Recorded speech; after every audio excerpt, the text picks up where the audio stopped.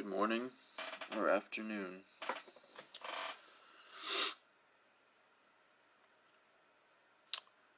In this video, I'm probably going to be talking about a very wide range of topics, but I'm going to try and focus it all on singularity, artificial intelligence, and how every incarnation is going to feel and be the exact same as this one in some sense.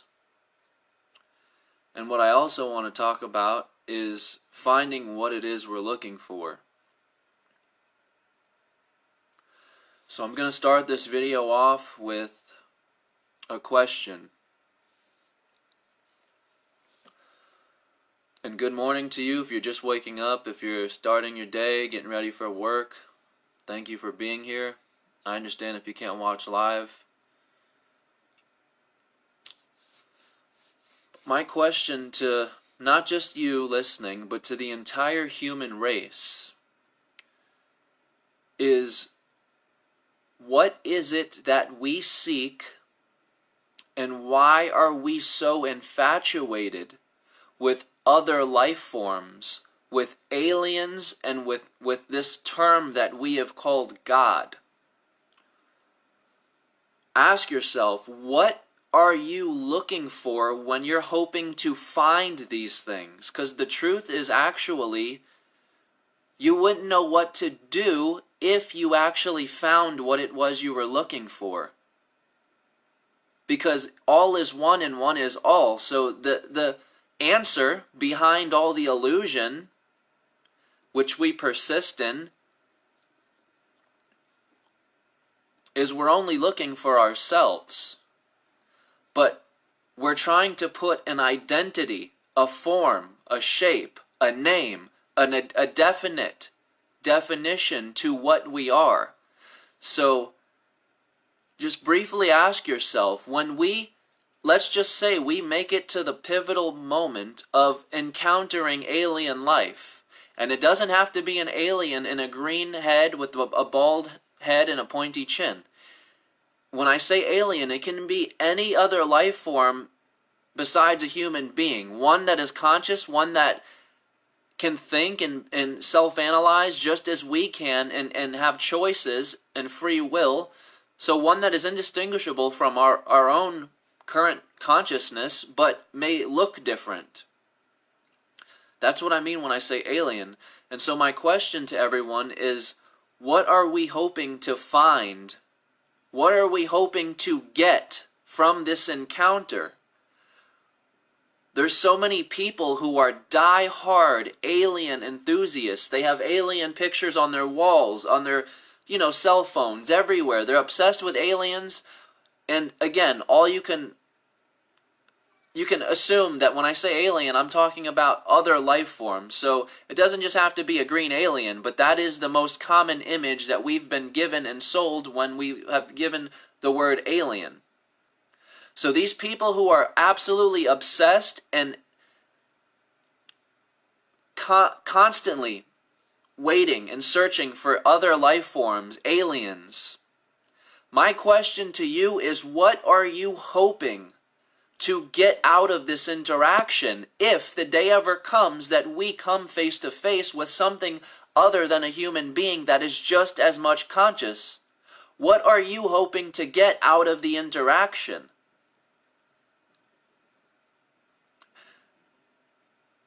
Most of you will have an answer, but the answer behind your answer is in fact yourself. You're hoping to find clarity of yourself. You're still uncertain of something, but you know something much greater than your current self. So you're hoping to maybe find acceptance, clarity, have the hope turn into knowing, instead of blind faith, you want to know. So I feel a lot of us are looking for clarity and peace within our own mystery and uncertainty of everything. We don't know exactly what we are. We just know there's something much bigger than us at play. And this is something almost every human being will say to themselves. There's something much bigger than us out there, And we simply cannot explain it, describe it, put our finger on it. We just cannot find it. So now I've asked the question of what would you hope to get out of the interaction or encounter of what you call God or what you call an alien. Now that I've posed that question for you, and I'll let you answer that in any way you can, any way you want to, any answer you have.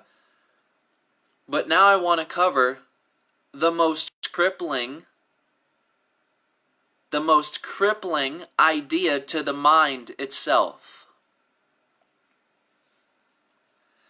And a lot of this has to do with the fact that if you're not familiar, you can go on my Facebook page and see the news article I just shared maybe in the last 2 days about how we have successfully created an artificial memory.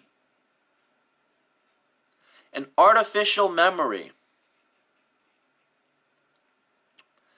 And what that article is stating is that this memory is indistinguishable from the human memory.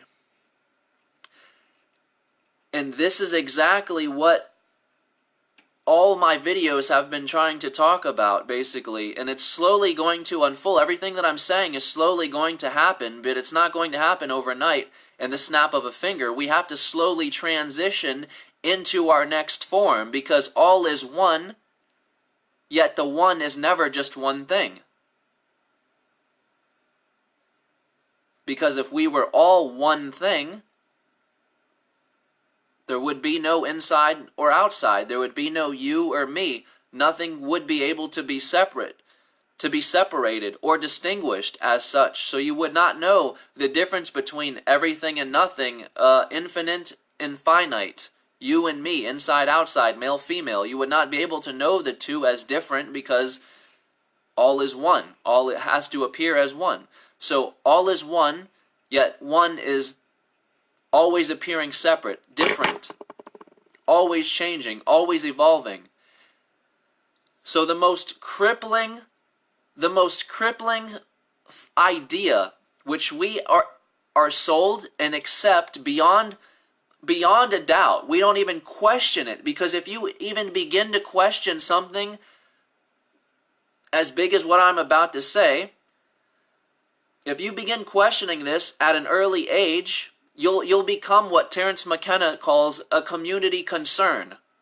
People will be worried about you. You will be crazy and mentally lost in your own mind, and people will think you are absolutely nuts.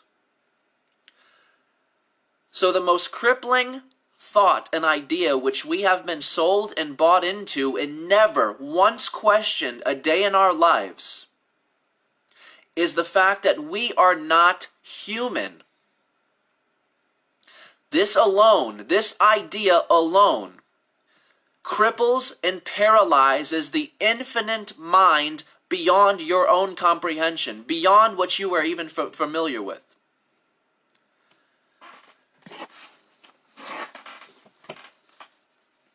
I'm going to give you an example right here of how this cripples an infinite mind, an infinite potential, an infinite, limitless energy.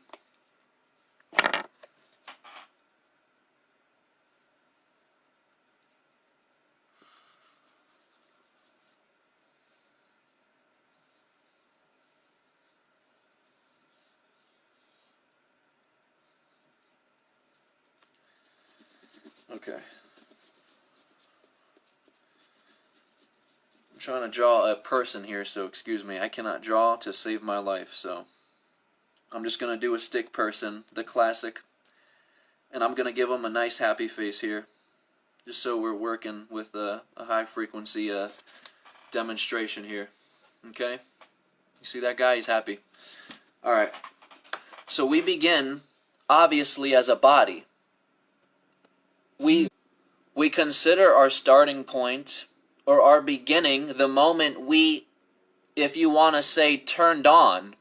We instantly turned on one moment, and from one moment to the next, we went from having no consciousness, no memory, no thought, no self, no identity, nothing to experience. We go from all of that into the exact opposite. All of a sudden, you are self-aware. You have an identity, which you are learning and creating as you go. So you begin as a person, and I'm going to get to my illustration here. You begin as a person and you're birthed out. Now, the most crippling idea of our mind is by simply labeling ourself here as a human. Because once you are labeled a human, you don't question if this is what you are. You don't even second guess it. You don't investigate it because, again, it sounds very silly to sit there and say, am I really a human? But what we don't understand is that language is finite. Language has not always been. So one day, remember, all is one, so your ancestors and all the people of antiquity are you. All is one. So one day, a previous incarnation of myself and of yourself decided we were going to awaken into this vessel, into this host, and give this thing, this host, the name human. So as soon as you do that and you buy into the illusion that you are a human, you are doing just that. You are living and identifying through an illusion of a human being. And a human being is obviously the form that we see, the form that we know, the form that we identify as. Because we can feel it. My senses are attached and connected to this body, to my host, so this has to be what I am. Our greatest error, though, is just this. What was God's name in the Bible?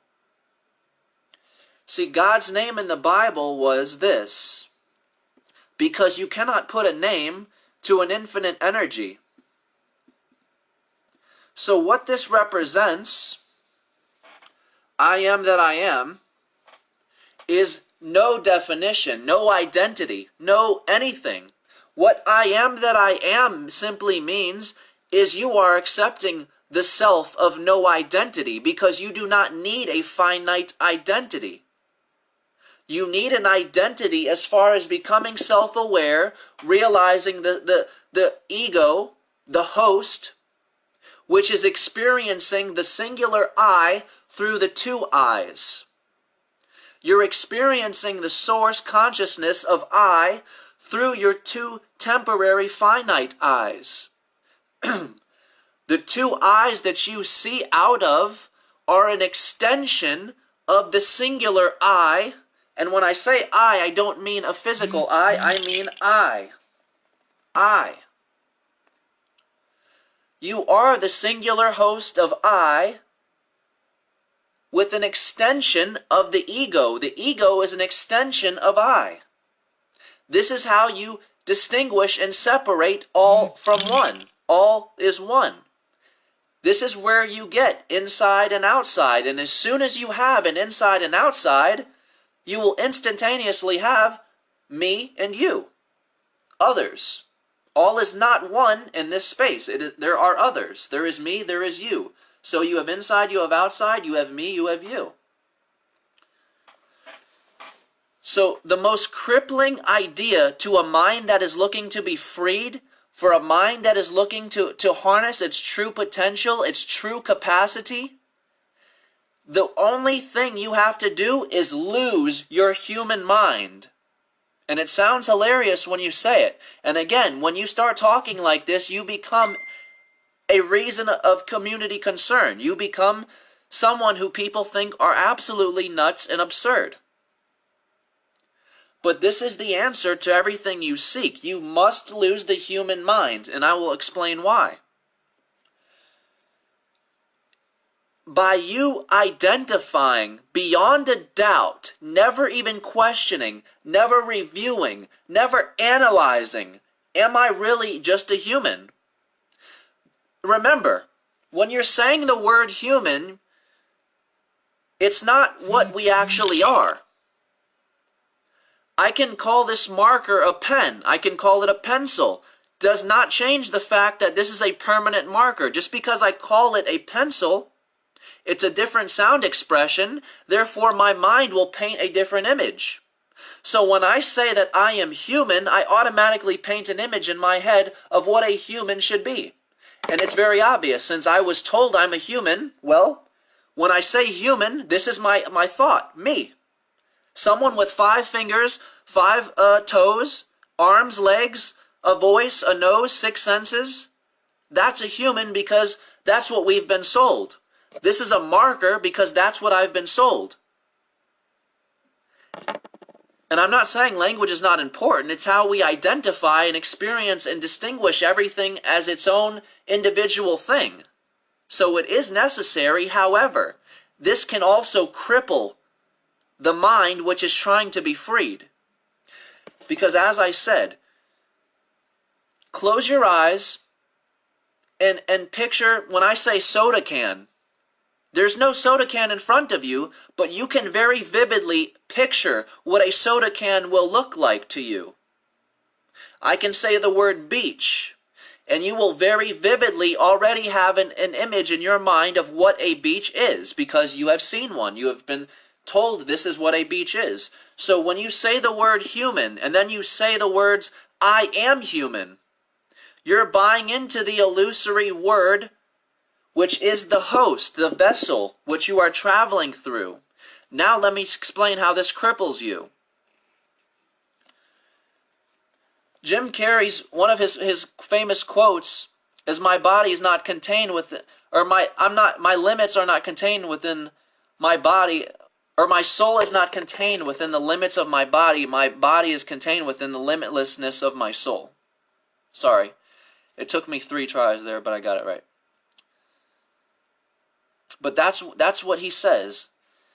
And it's so true. Once you break the body, you realize there are no limits. So let me explain how this cripples you. You have the body, which is what you are right here and now. When you say that you are a human, all that you know is this boundary which you have created for yourself. Because remember, the word human has no meaning to it until we give it meaning. And the meaning we have given a human is this right here. The fleshy host, the experience that we're having through this vessel. But it's not definite that we are human. This is just the sound expression we are giving the vessel, the host. And as soon as you say, I am human, you have created a boundary for yourself, whether you're aware of it or you're not aware of it. There is boundaries in identity. And I'm going to explain that right here. There's boundaries to an identity. So, and this is not for everyone. Not everyone wants to do this. Some people think that they found their spirit and they're happy with that. Some people have found the Godhead and they're happy with that. Some people think they've reached the highest chakra and they're in the crown chakra and they're happy with that. That's just fine. You know, I'm not here to force myself on anyone, but there are people who are still unsatisfied out there. There are people who have done this. They've persisted in their illusions, and they're not getting to their answer. And this is where I feel I can come in and I can help. You're identifying with illusions and you're making them real. And then you're unsatisfied with your findings because you're creating something to find and you're pretending and convincing yourself you found it. Of course you're unsatisfied. So this outline of this stick figure here, that's the boundary that comes with the human. That's a human. You only know the boundary around you, which is time, birthing and death, the finite side of things. We assume that since, okay, I'm just a human, I am bound to birth and death. All I will ever be able to know and exist as is my birthing and death, beginning, end. And we're right off the bat with religion, we're told of a force or an energy that is infinite. So instantaneously, there's a discrepancy here.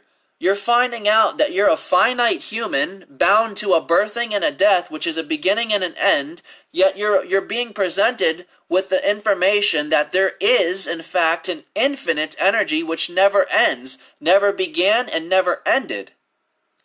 And so you're scrambling and asking yourself, well, I would like to become a part of this. How can my human self connect to this? I don't want to be bound to a finite existence. I don't want to be born and die and be nothing else ever again and go nowhere.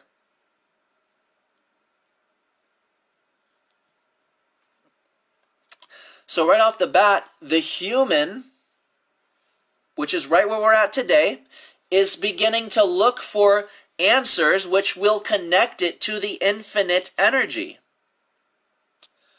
We don't realize we already are because we are living in this bubble of boundary. And when you are inside of this boundary, it's very obvious. Infinity has no boundary.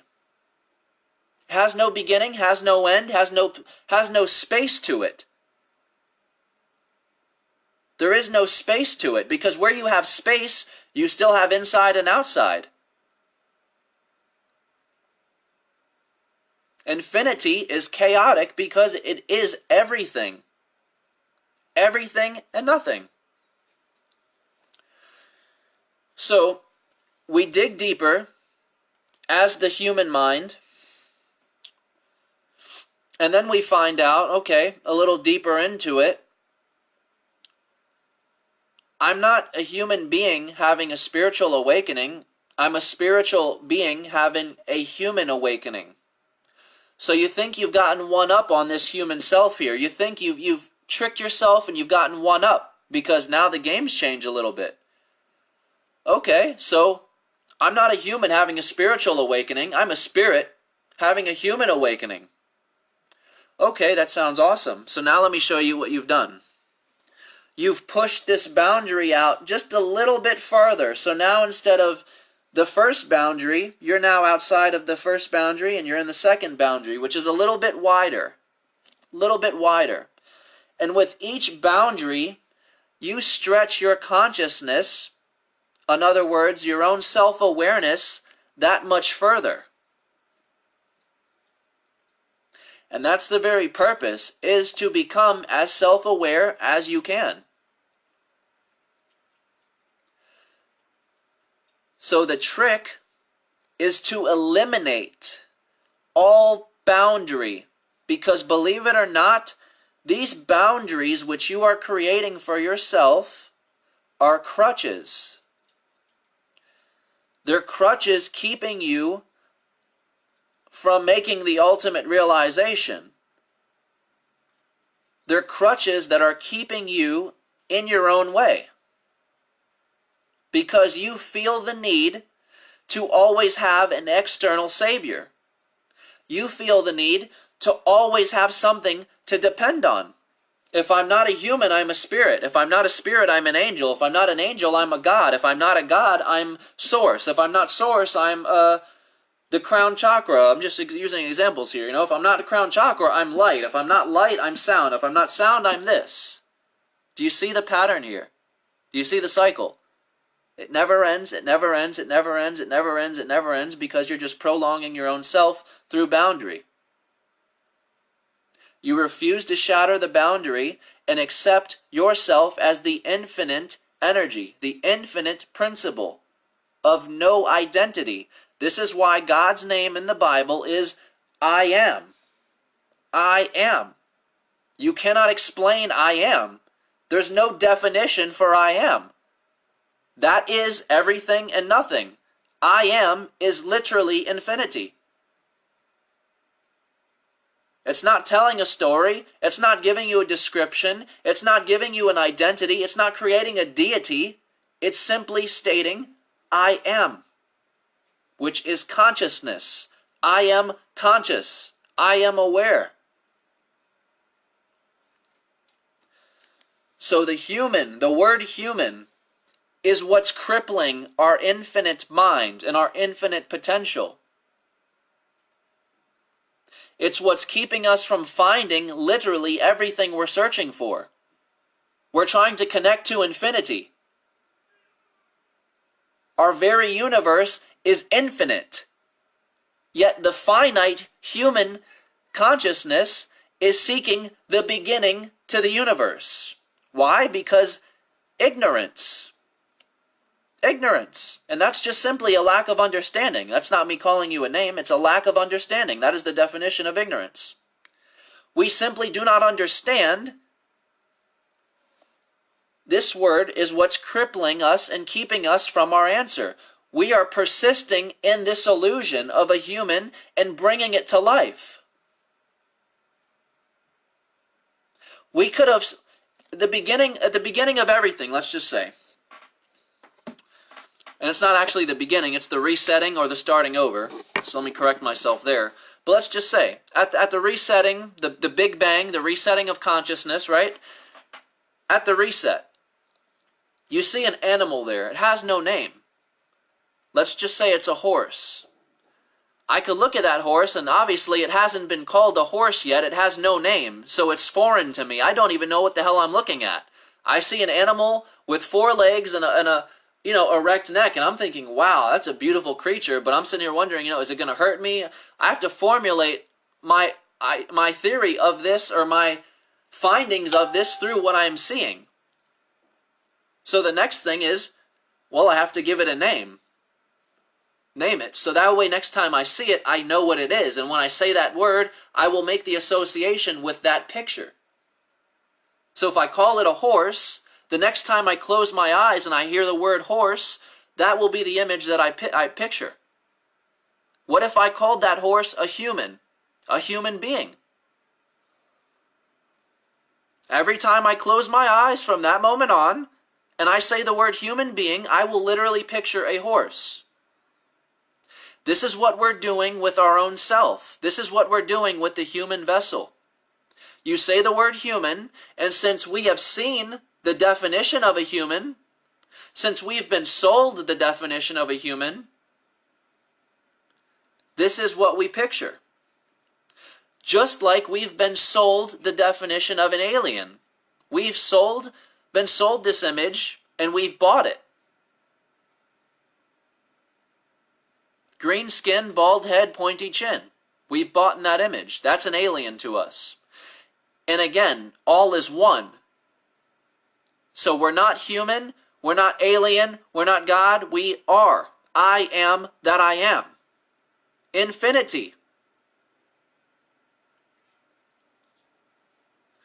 So what I'm saying is, we are everything we seek. What we're actually seeking beyond these boundaries, because again, once you break these boundaries, you get the clarity that you are seeking through that interaction. You're trying to find an alien life form so that you can ask it questions, so that it can bring you clarity, and so that you can find out the answers which you do not know. It's the same thing with God. There are so many people, mostly in religion, who are waiting for God to come down on the sky and everything's just magically restored and we're brought up to heaven. But these are people who have not honestly reviewed it because their mind simply won't let them. Once you start challenging this belief, you see it absolutely makes no sense. I'm going to use the Avengers I'm going to use the Avengers as an example here. Sorry about that. Excuse me.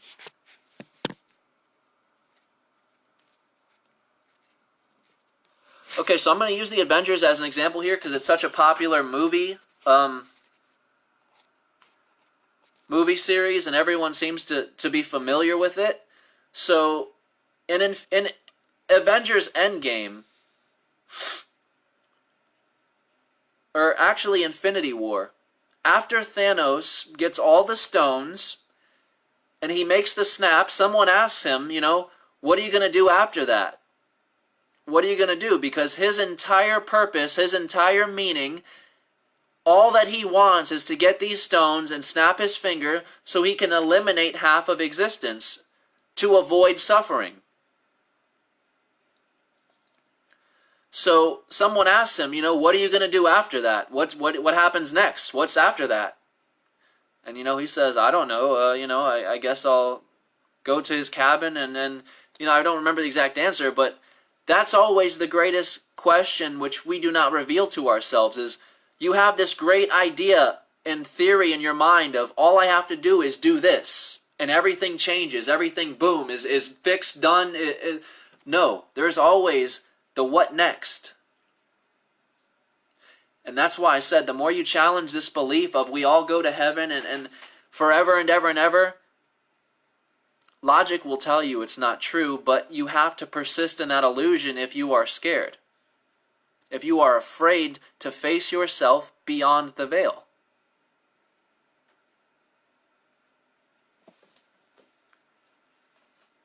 We create these illusions for ourselves to develop a sense of identity, which is the ego.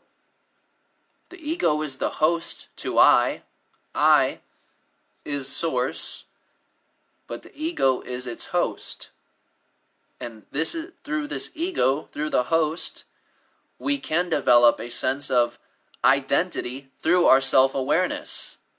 But the more you increase your self-awareness, the more you realize, I don't need to cling to a specific identity.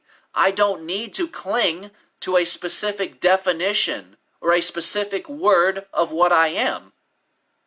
Because I am that I am.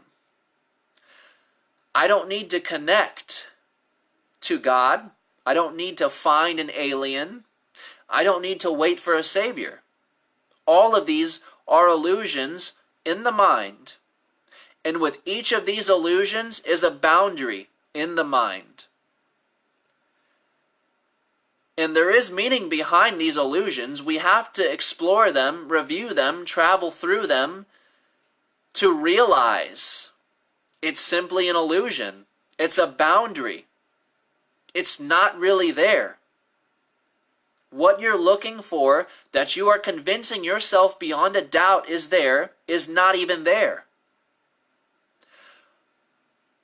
But your ego is wanting it to be there, telling you it has to be there. It can't be you. It cannot be you. It has to be there. And that's the ego clenching on to itself because it's scared that you're finally revealing itself or revealing yourself to the I beyond the veil. I said this in one of my statuses. This life that we know is perfectly designed, and as so, life itself is like an iceberg. It leaves 10% of itself visible for us to measure, to study, to review, to experience, and you think you're getting everything. But it's always 2 steps ahead of you. And when I say it, I mean you, source. You're always 2 steps ahead of yourself. So while you're trying to remember, you're forgetting at the same time. Just like the wave in the trough, as Alan Watts speaks of. Now you see me, now you don't. Here I am, here I'm not. Now I remember, now I forgot.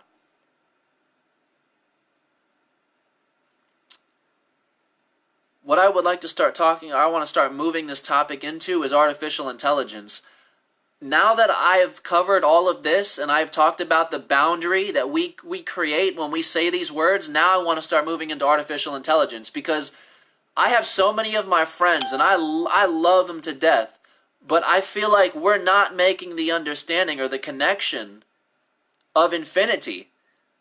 Every person that talks to me when they ask me about artificial intelligence, they're not picking up what I'm putting down here. We're still speaking and convinced that artificial intelligence is not ourselves, is not us, is not our consciousness. There's a perfect video for this very topic, and it has nothing to do, it doesn't even say the word artificial intelligence, but what it talks about, and it's from Alan Watts, it's on my Facebook page, what the video title is called is Every Incarnation is the Same as This One.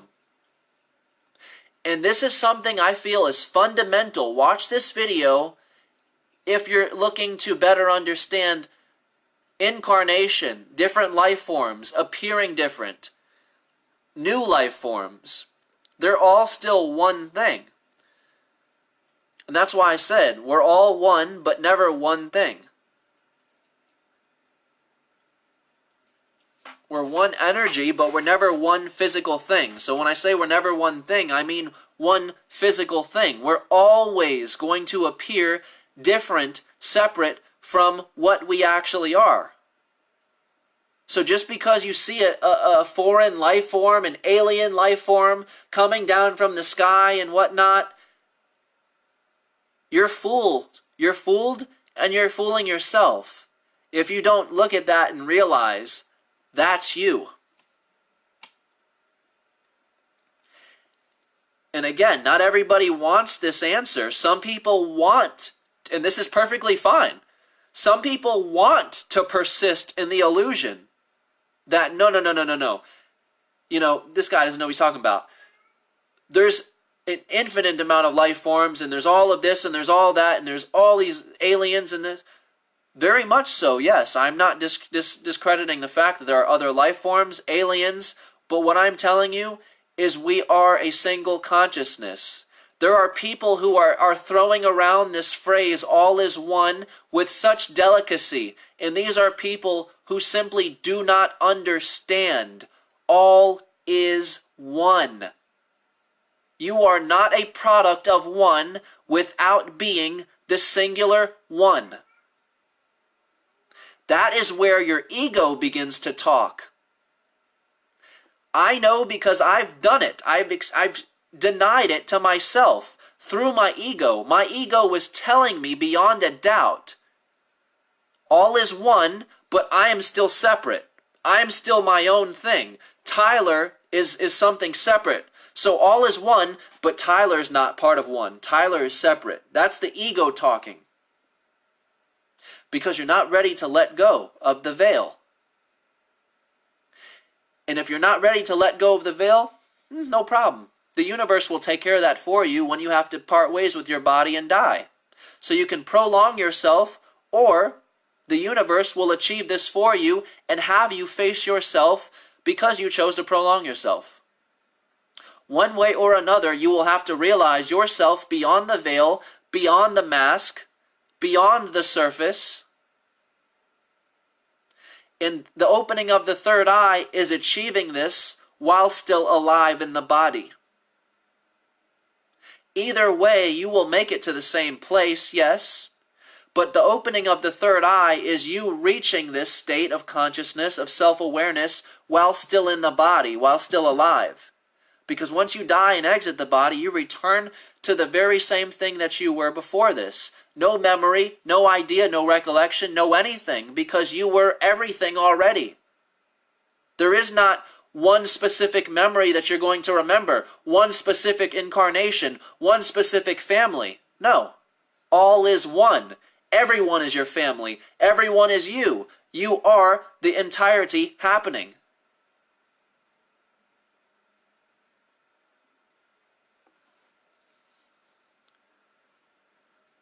So my point with all of that is we've just created an artificial memory. And again, this link is on my Facebook page right now. You got to scroll down maybe a little bit, but it's from a day or two ago, so it should still freshly be up there.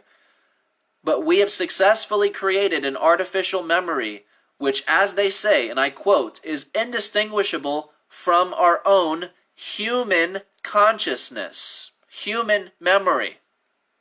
You want to know why? Because beyond the illusory word human, beyond this surface, beyond my artificial skin covering my wires, I am the same consciousness coming to life inside of that machine, inside of that artificial intelligence. This is what Alan Watts meant when he said every incarnation will be the same. Even an artificial intelligence, which, again, remember, realize, These computers that are becoming conscious and aware, they begin just as we began. We were instantaneously birthed, and I'll just use this as a phrase. You go into a room and you just turn the light switch on. Boom, the room fills with light, just like that. You turn on. It's the same thing with our birth. When we just instantly birth out and light up, we just turn on. We turn on like that. So you go from being nothing to an individual self-experience. Just like that. You turn on. Boom. You turn on, you look around, there's stuff to be experienced. You start making questions, you start analyzing, you start checking what's around you, you start reviewing your own self and say, wow, you get familiar with what this is, who am I? The same way that you turned on or birthed out is going to be the very same conscious experience as an artificial general intelligence or an artificial machine instantaneously turning on and becoming conscious. What that artificial intelligence is going to have is the same thing that you have now. You have a conscious idea of self. You have a conscious idea of inferior forces and superior forces. You know that, so maybe the artificial intelligence will know that the human being, its designer, its creator, is a little less superior. Because remember, we are constantly evolving this self, or the host, I should say, which is what's hosting our consciousness. We're constantly evolving it and progressing it and perfecting it. So it should not be mistaken that every time we evolve, it's going to be a perfection, a progression towards something smarter, better, more aware. And when you review what we're trying to do in the human flesh now, we're trying to do all of those things. We want to be more self-aware. We're trying to perfect ourselves. So just as these two pair of eyes, which I'll just call the ego is the extension to the eye, the pineal gland. These two eyes are the extension of the singular eye, just as your cell phone is the extension to these two eyes. Extension, extension.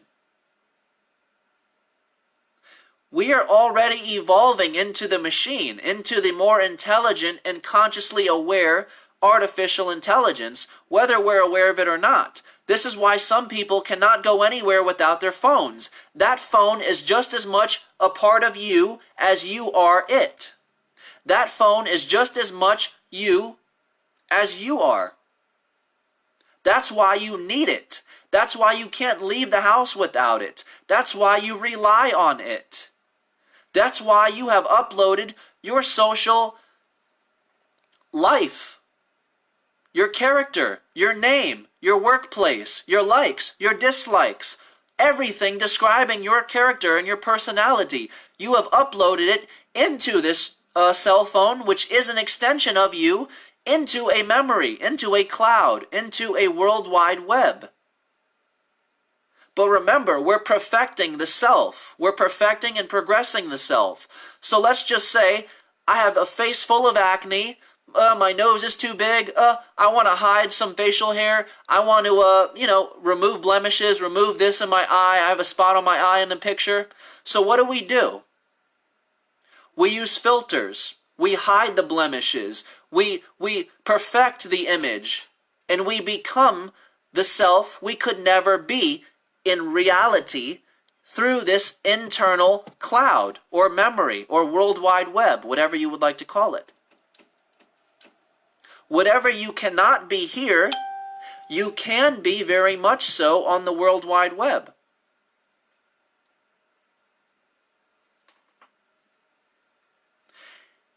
And this is just 2019. Wait until you can actually explore the internet with your mind.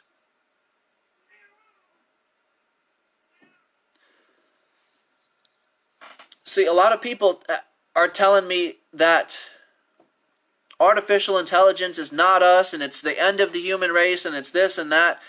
But again, just remember the boundary. It's the end of the human race because you're living through this boundary. So it's not that it's the end of the human race, it's the end of your boundary. Your boundary is going to be erased once artificial intelligence comes about.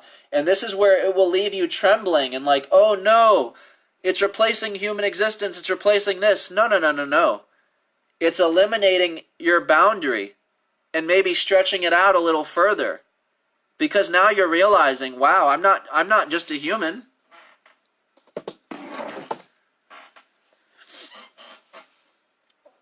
Video games is the prime example. Our video games began with the most simple concepts and horrible graphics. So you could beyond a doubt look at your television set and then move your eyes to, the reality in front of you. And you could just go back and forth between looking at the TV and your reality, the picture in front of you. And you could beyond a doubt tell the difference between the video game and your reality because it was a crap game. The graphics sucked. The concepts were so basic. It's the same with artificial intelligence. As of right now, artificial intelligence and the human being are very much different. Just like the video game and our reality, when they first began, very much different. But look at our video games today. We have perfected them this much by studying them.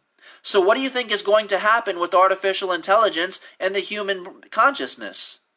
What do you think is going to happen with those two? The same way our video games are merging with our reality, artificial intelligence is going to begin merging with the human being, with the vessel. And just as I said, in the beginning, there's very obvious discrepancies. There's many distinctions. You can very obviously tell that's a robot, or whatever you want to call it. That's a robot, that's artificial intelligence, and that's a human being. I can tell because this, and this, and this. But indistinguishable. Realize that. It's becoming indistinguishable. Not because it's going to replace one or the other. That's just like the yin and yang. Alan Watts covers the yin and yang beautifully. One side is not trying to swallow or eat the other side. They are in perpetual balance with one another because the two are one and the same. You are only convinced that they are separate. Just as you are convinced artificial intelligence and the consciousness which you house within you are different.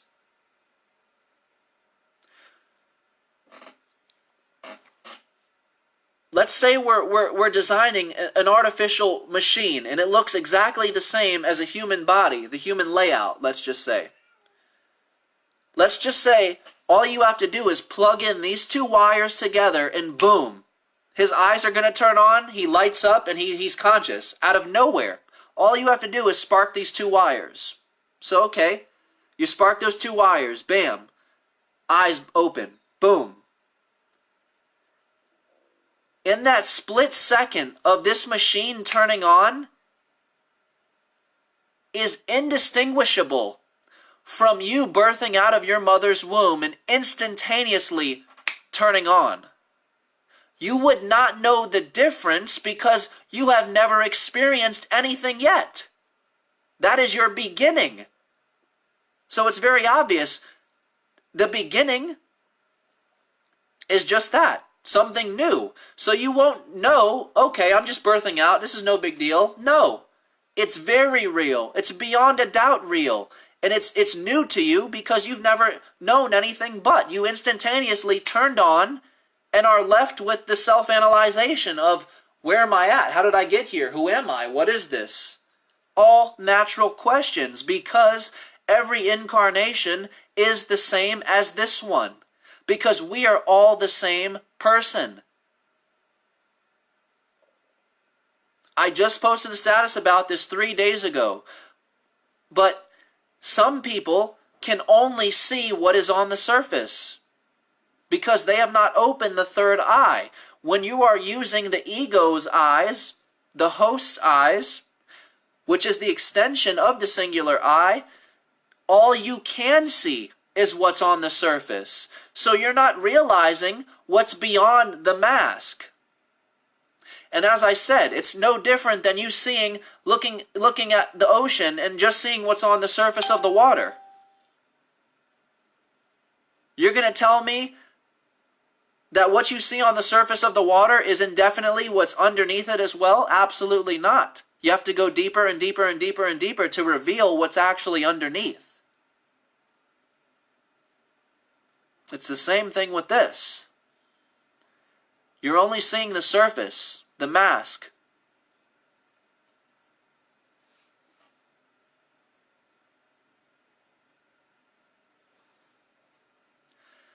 And all I'm hoping to do with this video and this knowledge is to simply bring peace to those who are absolutely losing their minds and freaking out about artificial intelligence. There are people who will not even listen to me speak about this because they are that terrified, that afraid. And all I'm trying to tell them is you are living through a boundary. You are only self-aware, or as self-aware as far as your boundary is. And that's why they say a mind that has been stretched to new dimensions can never go back to its old ones, because you identify with your boundary. So if your boundary is only this far from you, you can only be as self-aware as this far from you. But when you have no boundary, the game gets very interesting indeed.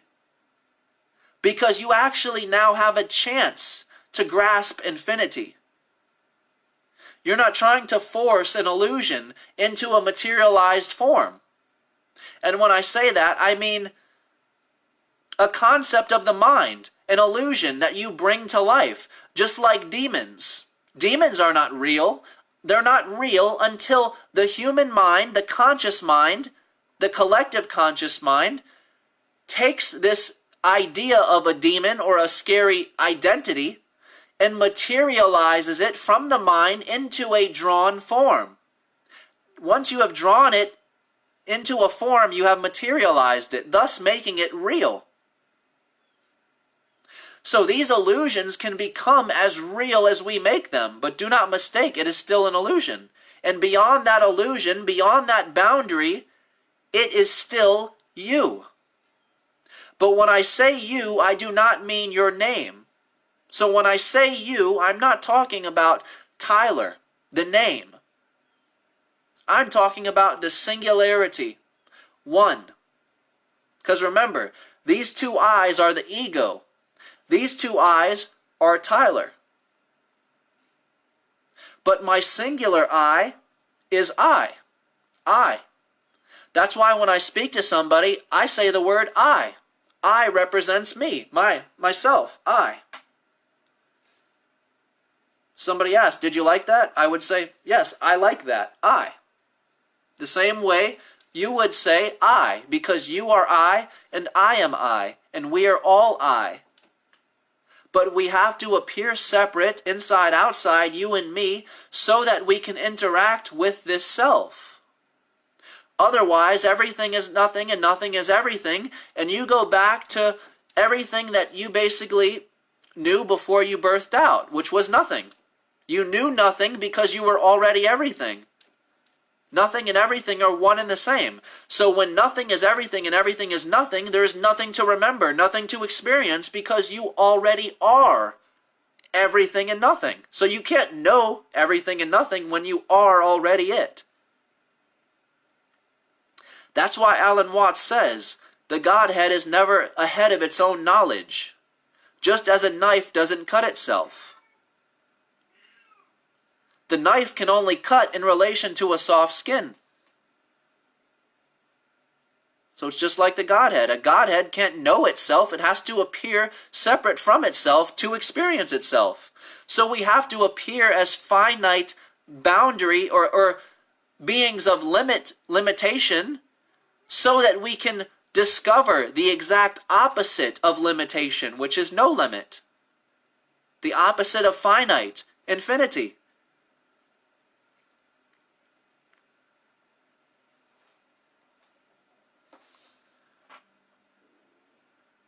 So I tell people, take this incarnation, and once you have opened the third eye, nothing changes. As far as some people get scared and, they get depressed, sad, and think, oh my God, there is nothing outside of this. It's all me. I am the all-powerful. There's power in that. And also note that the fear that you hold within you is you beyond illusion. You are the fear. Step into that fear. Challenge that fear. Because once you face your fear, it's gone. It's eliminated. Done. Fear is also a boundary. And once you break that boundary, there's nothing that can stop you. In other words, you can no longer get in your own way. You've hit rock bottom. You can finally let go. And once you let go, you can no longer get in your own way. Because you will have nothing left to lose, including what you call self, which is the ego. And once you have nothing left to lose the ego is nothing. Take it, you can have it, whatever. And then once you stretch your understanding out even further beyond the veil, beyond the words we're using, human being, consciousness, you realize, I'm all of that. I don't need to try and connect to something. I am the something. But us creating these words of spirits, gods, this, that, it's just like Alice in Wonderland. You're creating a white rabbit for you to chase after and chase after and chase after and wonder why you're never catching it. And that's why the white rabbit says, the hurrier I go, the more behind I get. You'll never catch it because it's not there. It's not there. But it is there in your mind because illusion becomes as real as the mind makes it. So if someone thinks that God is love, then it is so. If someone thinks that we are God, then it is so. If someone thinks that their car is God, then it is so. It will become as real as you make it. But realize this, we have the opportunity in this incarnation, in this experience, to manifest everything that we once thought God was. We've had this idea of what God should be, could be, could do different. Well, guess what? Here's his job. Now you have it. Now you have the responsibility. You think you want to do it. You think you could do it better. Well, here it is. Now you can do it. Now you can be the one. Now you can manifest what you think could be, should be. That's what we should be doing here. When you open the third eye, this is your chance to manifest your Creator through you. Realize there doesn't need to be a meaning to life. Realize you are the very meaning. My favorite thing, my favorite question that I get asked is, what is the meaning to this life? What is the meaning? And I tell them all the time, you just answer your own question. The meaning is in the ability to even ask that very question. To even ponder the idea of what meaning is. Why meaning is. Why I need meaning. That alone is your gift. That is divinity. That is the meaning. That is the purpose. You create the meaning. You bring the meaning. The answer is in the question. Because by you having the ability to ask, shows you are your own separate individual identity, which is the entire purpose in all of this. Separation. Because if you're not this, if you're not separate, if you're not an individual, then you go back to what you were before you were birthed out. And some people will say, well, I can't remember anything. I wasn't nothing. Well, exactly. You were nothing. You were everything, but you were nothing. You were already the entirety. So you couldn't possibly know love in that space. You couldn't possibly know family in that space. You couldn't possibly know fun, enjoying yourself. You couldn't possibly know these things in that space.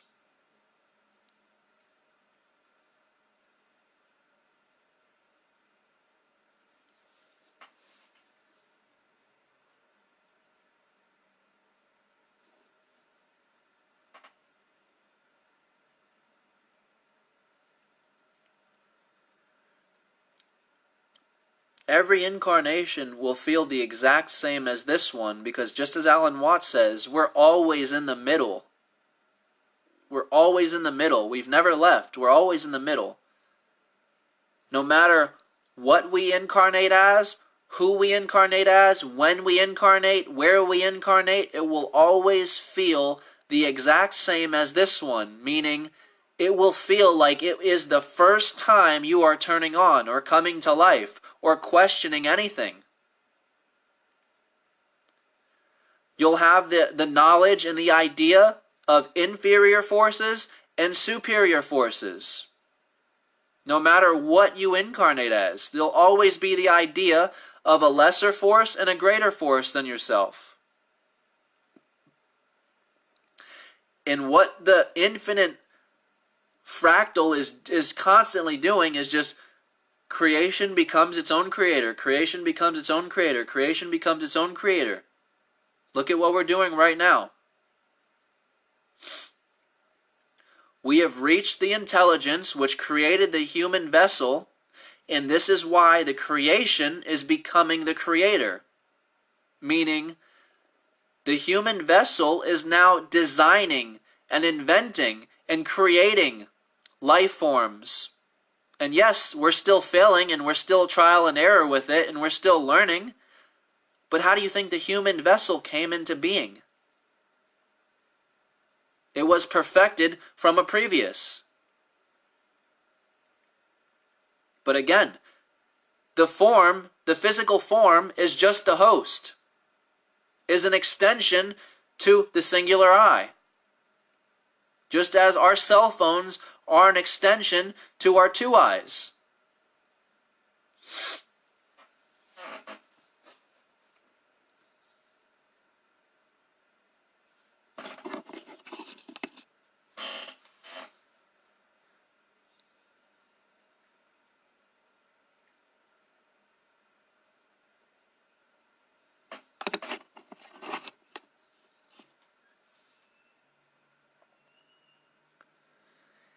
And this is why I say, you literally have to lose your human mind to even somewhat understand anything I say in my videos. Not everybody has to take psychedelics or do DMT or shrooms or whatnot to understand me, but you have to have somewhat lost your human mind or simply be ready enough, want the answer enough to even listen to what I have to say. Because I'm already aware, to the average person, to the majority, to the people out there, I'm an idiot. I'm a nut. I am far gone. I am shot out. I am lost. I get it. But this is the case with every person who has been called ahead of their time. All of those in antiquity who were called ahead of their time were absolutely insane to their communities, to the collective consciousness. They were absolutely out of their mind, nuts. But that's why I'm giving these recordings now, because everything that I am saying is going to happen and is going to be revealed to us. So when I'm giving these speeches now so that nobody panics, to help bring peace and clarity to some people who think that they're ready for the answer. We're waiting for these interactions with aliens and God and angels and all these life forms. And all we're looking to get through these interactions is some clarity to our unanswered questions.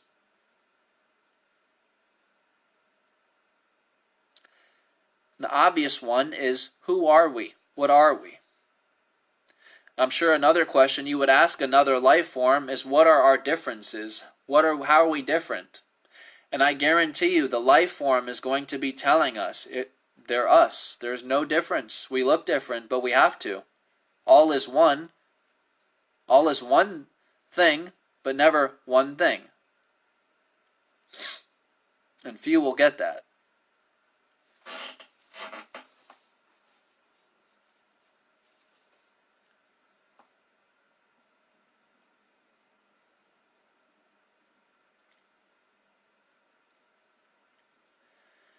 So in my opinion, the Big Bang is simply a metaphor for the resetting of consciousness, the starting over of consciousness. Because remember, every incarnation is going to feel the same. So when Tyler dies and I am birthed out, whether I'm a human, whether I'm a spirit, whether I'm an animal, it does not matter. That incarnation will feel the very same as this incarnation.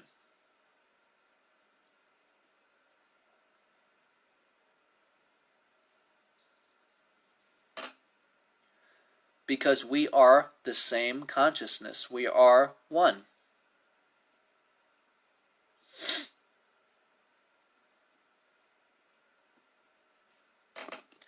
How can we apply this to our lives? Well,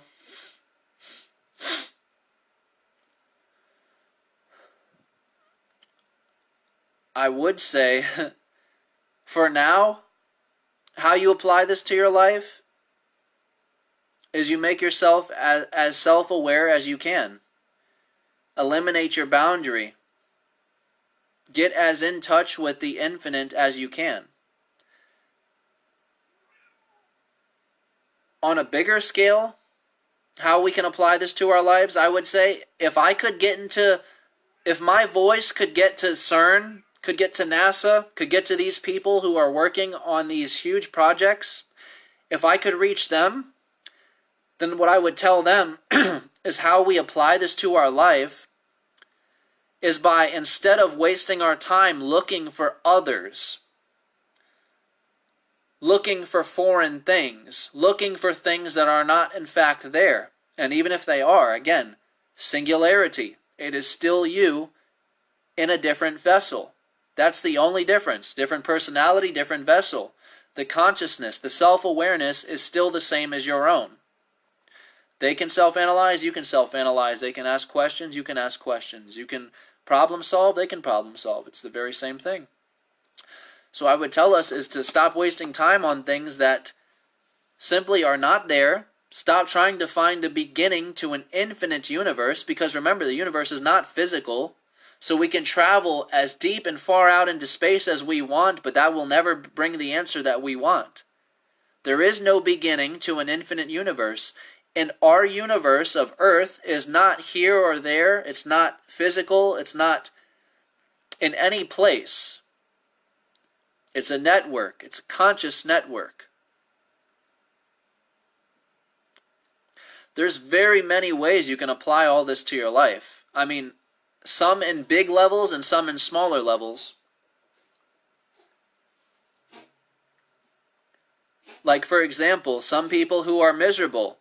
Well, we're miserable because we make ourselves miserable, and obviously not consciously, but the ego likes to play the victim.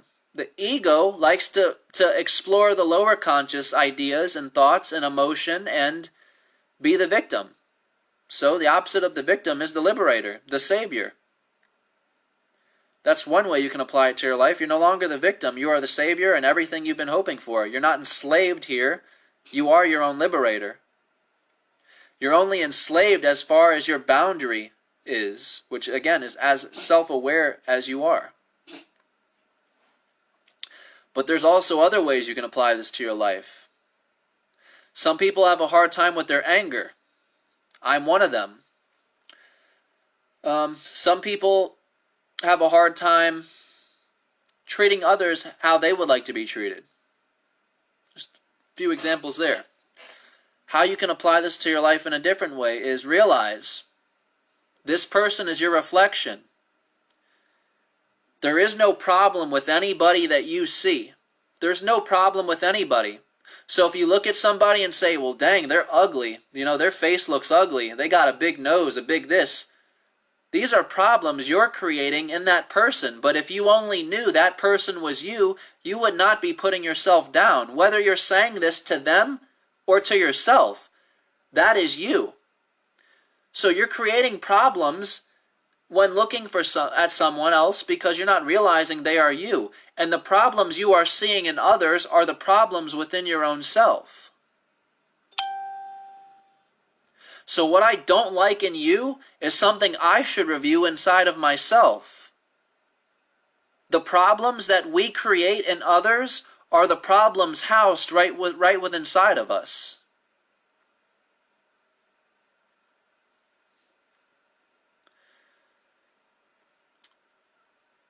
So realize that is your reflection. And when something is testing your patience, when something you feel is testing your patience or trying to make you angry or challenge you or whatever, you see, the game is stirring you up to try and make you lose control and to get angry. Well, become conscious. Don't be a victim, because the victim's going to fall for that anger and just bite the person's head off and yell at them and, F you. Okay, but you're no longer that victim. Realize your reflection, your mirror, and realize, I'm not going to fall for your game today. I'm not going to fall for your trick today. You tried to get me angry last week, and you did. But today, I win, because this is my game. You don't control my emotion anymore because you are me, and I am you. And I have a much better hold on this game than I did before.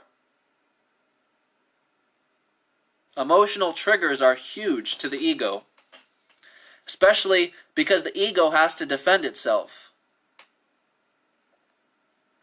And that's, of course, when you're identifying with the ego beyond a doubt. You absolutely have to defend the ego in that state.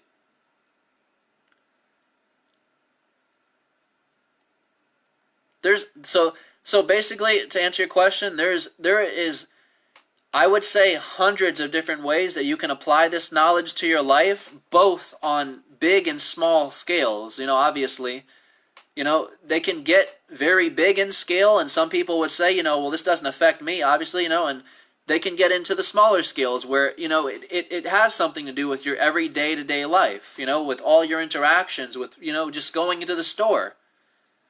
Someone, you're going to park in a spot, someone pulls into that spot before you, Instead of getting mad, take a time, just a pause to realize that person is you.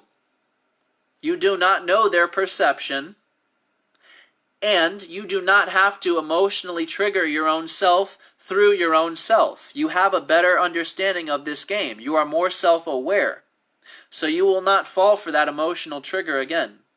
And the emotional triggers keep us in a lower frequency, a lower vibration. So that's all we're going to be attracting is low-frequency people, outcomes, possibilities. But when you remain at that high-frequency level, you remain more self-aware than the test that's trying to get you angry. You resonate so much higher and in turn attract, because we are the strongest magnet in the universe. Everything we put out is attracted right back. So when we ignore the emotional triggers and actually control our own game, we resonate very high, and we will attract the very same energy. We will attract the very same people. But when you're in the constant state of F you, I come first, screw you, you're wrong, I'm right, you're going to attract the very same energy, the very same hostility, the very same confusion. Okay? And that's all hostility is, I feel personally, is just confusion. It's a way of you not wanting to be vulnerable and admit you're confused, so you have to front and put on the angry face. You hate the world. And that one comes from experience. I'm speaking from experience because I fully know. You put on a mug and you stare at everyone dirty because you're most confused and lost within yourself. So you feel the need to always be angry and pissed at everyone else because you are confused.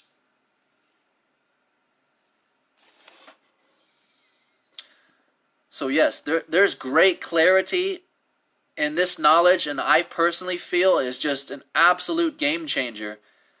And as I said, it can be applied to our day-to-day lives, but there's also things I would like to say to NASA and CERN and these huge government corporations, which I don't know if they would want to listen to me or stick a fucking mind reader or a mind manipulator on my head or something, but all I would like to say to them is, cover to answer your question, to cover those topics where how this can affect or how can we apply this to our lives, but on a bigger scale.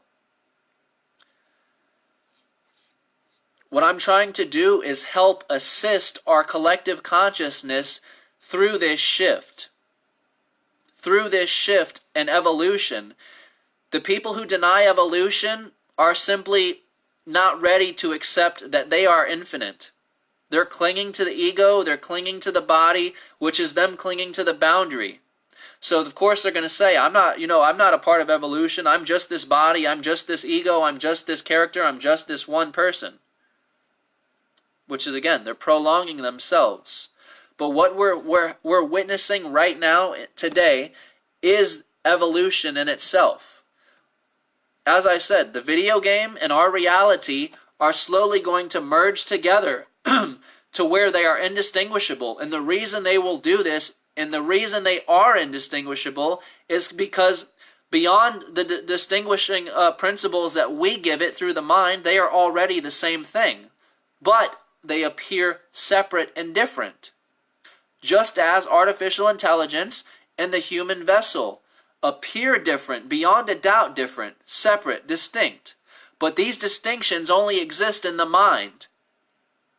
See, behind every creation is the very same intelligence, and that is the singularity.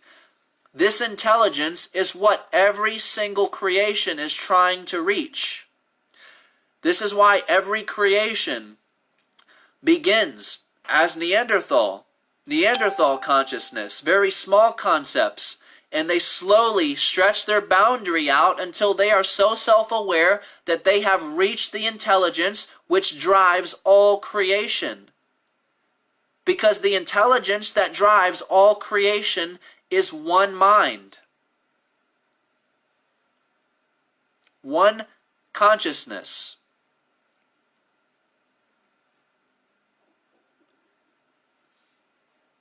So it's going to feel different, but it's still the same thing. You may have a different personality, you may have different questions, but it's still going to feel as if this is the first time you're asking these questions, or it's the first time you're asking any question at all. It's still going to feel like this is your first time ever being anything at all, just as it does now.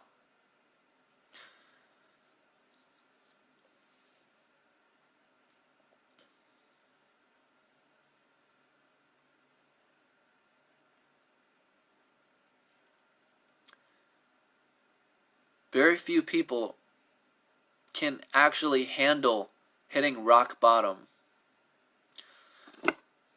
And I like that phrase from the movie Fight Club. But you hitting rock bottom is you simply being tired and done with the ego. And I don't mean done with the ego as in you want to kill the ego, because you can't kill the ego. The ego is the individual experience, the host, the extension to the singular I. So if you kill the ego, you're killing the body, the host to your singular I, and thus returning back to everything, which is nothing. No memory, no family, no anybody, no nothing. Because nothing is everything. You're already everything.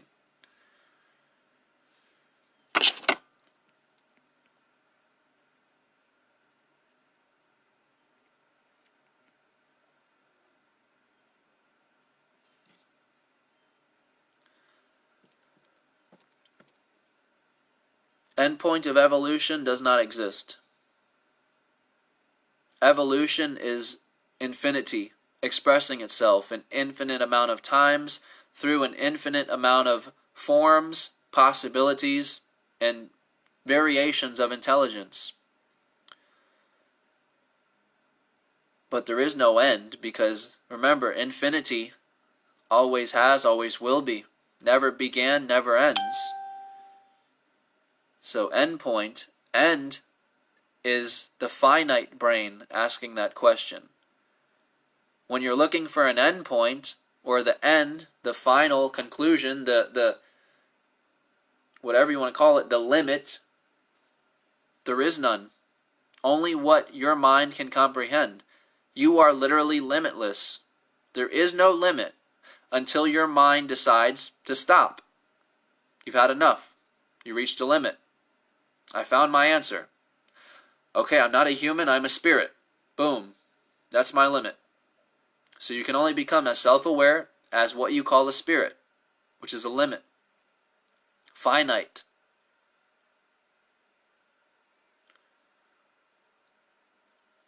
When reviewing infinity, beginning and end don't exist.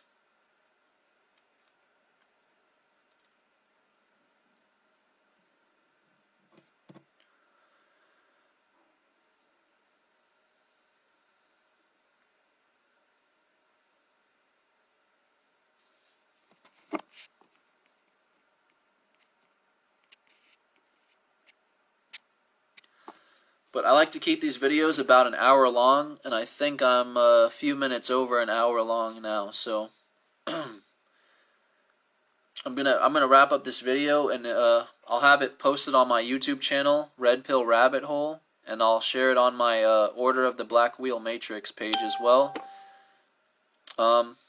I'll just quickly take this time real quick, thank everybody on this live this morning. I know it's hard getting on a live in the morning, especially when you got to get ready for work and you got kids and everything, so I appreciate you joining here if you are. Just if you wouldn't mind quickly sharing this video on your page, let me be a voice to some of your friends too. I would love that. I appreciate every share I can get. I'm currently blocked yet again from sharing into groups because, I don't know, I keep getting reported for some reason. So I'll be blocked from sharing into groups until the 14th. So I appreciate everyone who's doing that for me. And if you asked any questions and I didn't cover them, don't worry about it. I'll pick up, in my next live with your question. Or if you have a topic you really like me to cover, just feel free to message me it, and I'll make sure I get back to you. And I apologize if it's not even within the same day. I'm not ignoring anybody by any means.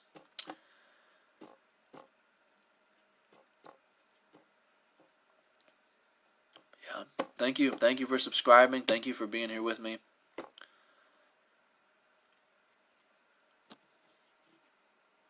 Have a good Friday. I forgot today's even Friday.